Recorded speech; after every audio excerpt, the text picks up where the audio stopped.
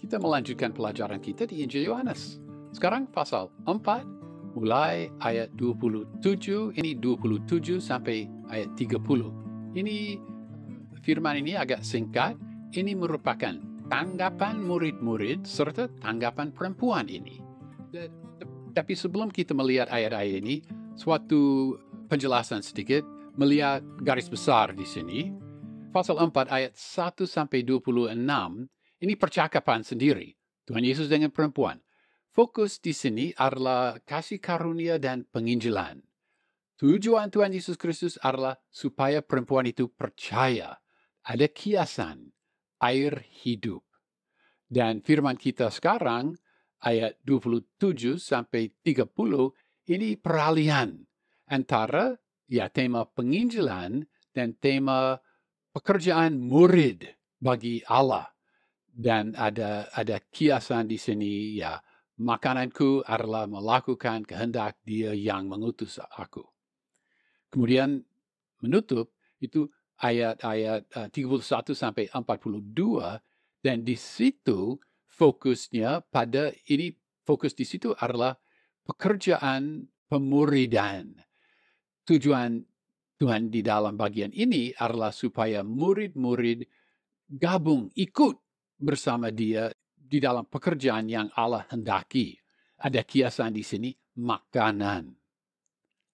Itu garis besarnya. Sekarang pasal 4 ayat 27. Pada waktu itu, datanglah murid-muridnya dan mereka heran bahwa Ia sedang bercakap-cakap dengan seorang perempuan. Tetapi tidak seorang pun yang berkata, "Apa yang kau kehendaki?"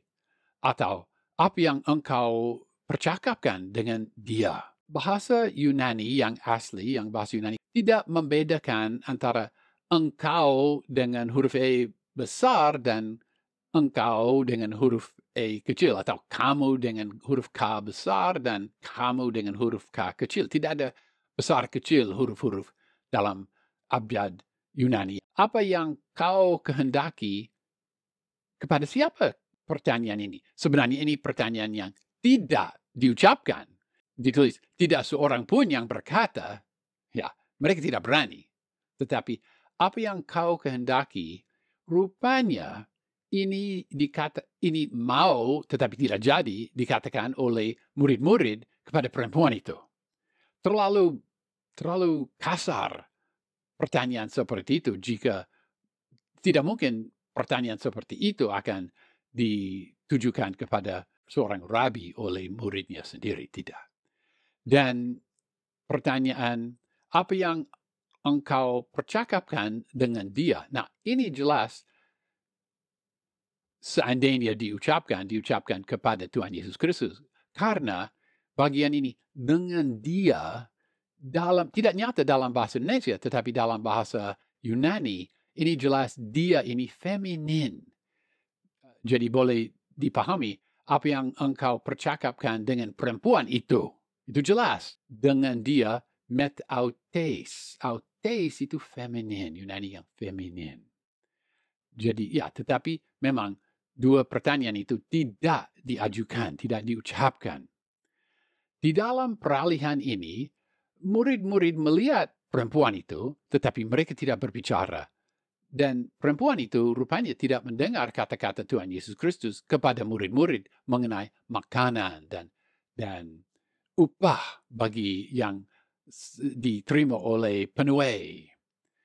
Tuhan Yesus dengan sengaja tidak mengemukakan pekerjaan dan upah kepada perempuan ini. Karena dia harus lebih dulu memahami bahwa hidup kekal diterima secara tidak bayar, bukan sebagai pengganti, bukan sebagai upah pekerjaan. Kehidupan kekal, air yang hidup itu diberikan. Tidak ada harga, tidak dikerjakan supaya menerima itu. Tidak, diberi secara cuma-cuma. Gratislah, kita berkata dalam bahasa Indonesia. Memang Tuhan Yesus mengemukakan dosa seksual dari perempuan itu, tetapi bukan untuk berkata, kamu harus meninggalkan dosa seksual itu sebelum kamu menerima air hidup itu, kehidupan kekal. Bukan.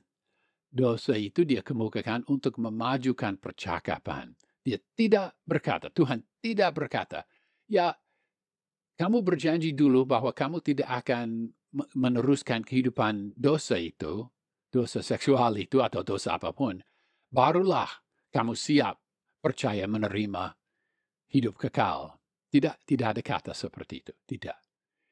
Memang kita melakukan kehendak Allah. Dia mau dan itu bagus kita melakukan kehendak Allah. Tetapi bukan melakukan kehendak Allah untuk menerima pemberian.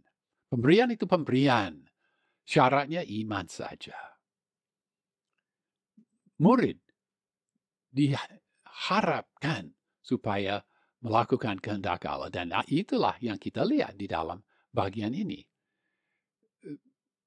Jadi saat murid-murid kembali dari desa, dari mereka mau beli roti, mereka heran karena seorang rabi tidak mungkin bicara dengan perempuan. Kita membaca dalam karangan rabi-rabi Israel kutipan ini. Seorang laki-laki tidak boleh sendiri dengan perempuan di penginapan. Bukan juga dengan adiknya sendiri atau anaknya sendiri, putrinya sendiri. Oleh karena apa yang orang akan berpikir, oleh karena pendapat rakyat. Seorang laki tidak boleh bicara dengan seorang perempuan di jalan. Bahkan jangan dengan istri sendiri. Lebih-lebih jangan dengan seorang perempuan yang lain. Oleh karena apa yang rakyat mungkin katakan. Itu ajaran rabi-rabi Israel seperti itu. Tuhan Yesus melanggar semua itu. Maka murid-muridnya bingung. Dan keheranan mereka adalah alasan yang dicatat. Mungkin itu sebabnya mereka tidak bertanya apa-apa kepada perempuan itu atau kepada Tuhan. Mungkin juga mereka tidak mau bicara dengan perempuan.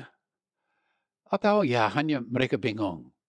Tetapi sesaat perempuan itu pergi, muncullah sesuatu yang lebih penting dan mereka tidak kembali ke pertanyaan yang hendak mereka tanyakan. Pasal 4 ayat 28. Maka perempuan itu meninggalkan tempayannya di situ, lalu pergi ke kota dan berkata kepada orang-orang yang di situ. Dia meninggalkan tempayannya di situ. Mengapa dicatat? Yohanes mencatat itu. Mengapa? Kita tidak tahu mengapa dia meninggalkan tempayan itu dan kita tidak tahu mengapa Yohanes mencatat ini. Tetapi kita boleh menduga, ini dugaan saja, air jasmani, bahkan air, walaupun itu air dari sumur yang bersejarah itu, sumur Yakub, air jasmani ini, ya sekarang tidak punya kepentingan yang tadinya dia pikir itu hebat, luar biasa, penting. Dia berangkat, dia pergi ke kota, dia tidak memikirkan tempayan dan air jasmani. Dia sudah menerima air hidup, hidup kekal. Dan dia bersemangat, dia mau ceritakan kepada mereka di kota, di kampung itu. Rupanya semangat murid-murid Tuhan Yesus tidak mencapai tingkat itu, belum mencapai tingkat itu. Kata Zane Hodges, pada waktu perempuan itu datang ke sumur itu, dia kosong secara rohani. Tetapi waktu dia pergi, rohaninya penuh dengan kehidupan kekal. Dia datang terbelenggu dengan dosa, tetapi dia pergi dengan keadaan bebas. Dia datang menghindari orang, tetapi dia pergi mencari orang. Tanpa kata, tanpa doa, hatinya telah meminta. Dan Allah telah memberi. Ya menariklah, tidak dicatat di sini, beginilah doa jika kamu mau menerima Tuhan Yesus Kristus sebagai Juru Selamat. Tidak ada doa yang dicatat, dia hanya percaya. Dan apa yang terjadi? Jika orang percaya pada Tuhan Yesus Kristus sebagai Mesias dan Juru Selamat, apa yang terjadi? Ya selamatlah. Luar biasa. Luar biasa. Kita jangan terlalu cepat membaca ayat ini. Sebaiknya ini direnungkan. Ada sesuatu yang sangat indah di sini. Dia yang baru diampuni. Dia punya nama yang buruk. Dia berangkat supaya dia boleh memberitakan kepada rakyat. Ya, mengapa dia tidak masih diam di situ, masih tinggal di situ bersama Tuhan Yesus Kristus? Atau dia boleh pulang ke rumah sendiri. Dia tidak tinggal tetap dengan Tuhan Yesus Kristus, dia tidak pulang ke rumah, tidak. Dia boleh berpikir, mana hutang budiku pada orang itu di desa itu? Kemungkinan besar mereka sudah menghina perempuan itu, tetapi itu tidak apa-apa. Apakah dia sungguh memahami segala sesuatu yang sudah terjadi kepada dia dan segala akibat kekal yang jadi itu? Ya, pasti tidak. Mungkin aku tetap di sini belajar lebih banyak dulu. Apa nanti mereka menghina aku? Tidak. Dia tidak merenungkan hal-hal itu. Dia berangkat dan dia bicara kepada rakyat di situ. Ini kata-kata perempuan itu. Pasal 4 ayat 29. Mari lihat. Ada di sana seorang yang mengatakan kepadaku segala sesuatu yang telah kuberbuat. Mungkinkah dia Kristus itu? Atau boleh diterjemahkan, dia bukan Kristus. Ada, ya, ini lebih sedikit sulit diterjemahkan. Pengkalimatan di dalam bahasa Yunani dengan memakai kata Yunani meti memberi kesan bahwa dia ragu-ragu. Apa ini Mesias? Seperti itu. Apa mungkin dia bukan Mesias? Ya, ada nada dalam Yunaninya bahwa dia ragu-ragu. Tetapi sebenarnya kita pikir dia tidak ragu-ragu sama sekali. Dia yakin. Tetapi membentuk perkataannya dengan bentuk yang seolah-olah itu pertanyaan yang ragu-ragu. Dia cerdas. Jika seandainya dia berkata, dia Kristus, dia Mesias. Mungkin mereka tertawa dan tidak menghargai dan tidak pergi melihat sendiri. Rupanya dia belajar sedikit mengenai bagaimana bicara dengan orangnya. Dia belajar dari Tuhan Yesus Kristus tadi. Kita tidak tahu.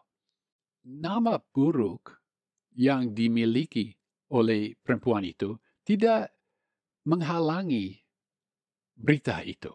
Bahkan nama buruk itu menjadi bagian dari pemberitaan perempuan ini. Dia berkata, di sana ada orang yang mengatakan kepadaku segala sesuatu yang telah ku berbuat. Segala sesuatu yang telah ku perbuat. Ya, mereka tahu apa yang telah dia perbuat. Dan itu mempermalukan. Tetapi dia berani berkata seperti itu. Jadi, dosa yang ada di latar belakang perempuan ini tidak menghalangi penginjilannya. Pasal 4 ayat 30. Maka mereka pun pergi keluar kota lalu datang kepada Yesus. Nah, kata datang dalam bahasa aslinya memakai tense imperfect yang memberi kesan bahwa kegiatan datang itu berlangsung. Datang dan datang lagi. Mereka datang dan datang lagi. Terus datang. Ada kesan seperti itu dalam pengkalimatan Yunani ini dengan pemakaian tense imperfect. Kesaksian perempuan Samaria itu begitu berhasil dengan orang-orang Samaria. Mereka datang dan mereka datang kepada Yesus. Murid-murid membawa roti dari desa itu. Perempuan itu dia membawa orang banyak orang kepada Tuhan Yesus. Sekali lagi, ayat 27 sampai 30 merupakan peralihan antara tema penginjilan kepada perempuan ini dan tema pemuridan, bagaimana murid-murid harus bekerja bagi Allah. Di dalam ayat-ayat ini ada beberapa pernyataan yang sangat indah.